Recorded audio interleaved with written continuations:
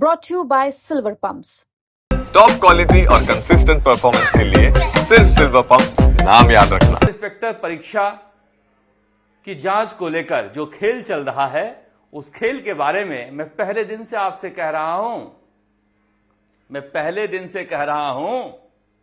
कि ये खेल गंदा है, चाहे कोई भी खेल रहा है।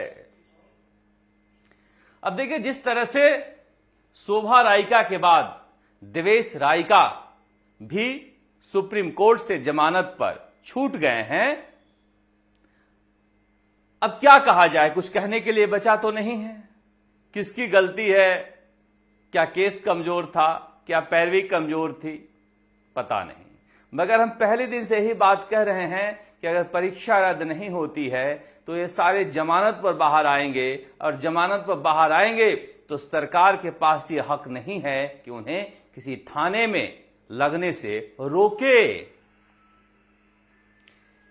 ये जांच में बात आ चुकी थी कि इन्हें कुछ भी नहीं आता, इसके बावजूद इनके पिता रामूराम राइका पेपर खरीद ले गए और इन्हें थानेदार बना दिया, और पोस्टिंग भी जयपुर कमिश्नरेट में कराई। सबसे वीआईपी पोस्टिंग। जब वीआईपी पोस्टिंग करा सकते हैं तो जमानत भी तो हो सकती है। समझिए लाट साहिबों का कहां से देख रहे हैं किसका कद।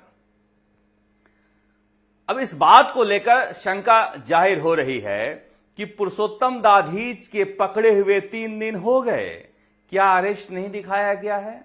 पता नहीं। किशनगढ़ से पकड़ा गया था, इसकी पुष्टि मैंने स्वयं फोन करके की थी। तस्वीर तक जारी नहीं हुई, प्रेस नोट तक जारी नहीं हुआ। हद है, हद की इंतहा है। खेल क्या चल रहा है? क्या जिन महिला मित्रों को कहा गया था कि इसने पेपर खरीद कर दिया है, कोई समझौते के तहत कुछ चल रहा है? पता नहीं। क्योंकि देखिए, अगर आप साफ सुथरा नजर नहीं आते हैं तो फिर साजिश की बू तो आने ही लगती है, और यही हो भी रहा है। अब सब इंस्पेक्टर परीक्षा को रद्द कराने को लेकर हनुमान बेनीवाल आंदोलनरत हैं, मगर उनके आंदोलनों का असर क्या सरकार पर पड़ रहा है? अब उन्होंने ऐलान किया है कि वो दिल्ली कूच करेंगे, और दिल्ली में जब जाएंगे अपनी बड़ी सेना लेकर, तो केंद्र सरकार पर दबाव डालेंगे कि राज्य सरकार इसमें ढुलमुल रवैया क्यों बरत रही है, और सुप्रीम कोर्ट तक ये धमक जाएगी कि कितना गंभीर ये मामला है, जिसमें तू चल मैं आया, बारी बारी से सब छूटेंगे। शक्तिमान ही गंगाधर है और गंगाधर ही शक्तिमान है। इस जांच को लेकर मैंने आपसे पहले भी कहा था, पर कर भी क्या सकते हैं। जब आरपीएससी का सदस्य बन सकते हैं तो फिर छूट भी तो सकते हैं। सत्ता का संस्कार एक जैसा होता है और सब आपस में मिले जुले हुए हैं। राजस्थान में कम से कम ये रवायत जारी है। चलिए, इस पर चर्चा करते रहेंगे। चर्चा इसलिए करते रहेंगे कि हनुमान बेनीवाल डटे हुए हैं और अड़े हुए हैं।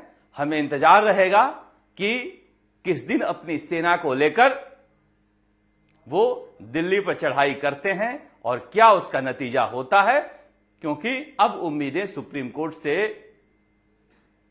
जिस तरह के फैसले आ रहे हैं, बहुत जल्दी अच्छी उम्मीदों की गुंजाइश बन नहीं रही है। हाईकोर्ट से उम्मीद है, अब पता नहीं सरकार क्या लिख कर देती है। अब क्या लिख कर देगी जब कमजोर पैरवी हो रही है।